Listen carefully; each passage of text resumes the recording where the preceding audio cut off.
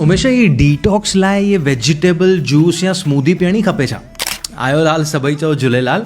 अॼु पाण हुनजे बारे में ॻाल्हायूं था। ॾिसो, वेजिटेबल जूस या स्मूदी आहिनि, उहे तव्हां लाइ नुक़सानकारक आहिनि वधीक इन लॉन्ग रन। तव्हां अगरि रोज़ु रोज़ु उनखे पीअंदा त तव्हांखे ॿुधायां थो छो। सभिनी खां पहिरीं जेकी बि भाॼियूं तव्हां पायो था हुनजे अंदरि, उहे ज़मीन मां आयूं आहिनि न, उनमें इलाही किचिरो बैक्टीरिया ई सभु लॻल आहिनि।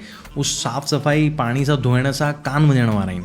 उहो कीअं वेंदा? उनखे जा तव्हां गरम कुक कंदा न, स्टर फ्राई कंदा या बॉइल कंदा या उनखे भाॼीअ में रधंदा त उहे बैक्टीरिया मरण वारा आहिनि। ख़ाली पाणी सां साफ़ु करण सां कान मरंदा। ॿियो, भाॼियुनि जे अंदरि न एंटी न्यूट्रिएंट बि हूंदा आहिनि। त तव्हां रोज़ु रोज़ु स्मूदियूं या वेजिटेबल जूस पियो था त उहो लॉन्ग रन में तव्हांखे किडनी जो या गॉल ब्लैडर जो स्टोन, पथरी बि ॾी था सघनि। ऐं टियों, इलाही माण्हू जेका जूस ठाहींदा आहिनि वेजिटेबल जो, हुनमें जेको फाइबर हूंदो आहे, वेजिटेबल पाण फाइबर ऐं विटामिन ऐं मिनरल लाइ था खयूं न, त वेजिटेबल जो जेको फाइबर आहे उहो त तव्हां जूस कढी करे फिटियो करे छॾियो त फाइबर तव्हांखे मिले कान थो। त जेका बि न्यूट्रिएंट तव्हांखे मिलणा खपनि भाॼियुनि मां, उहे मिलनि नथा।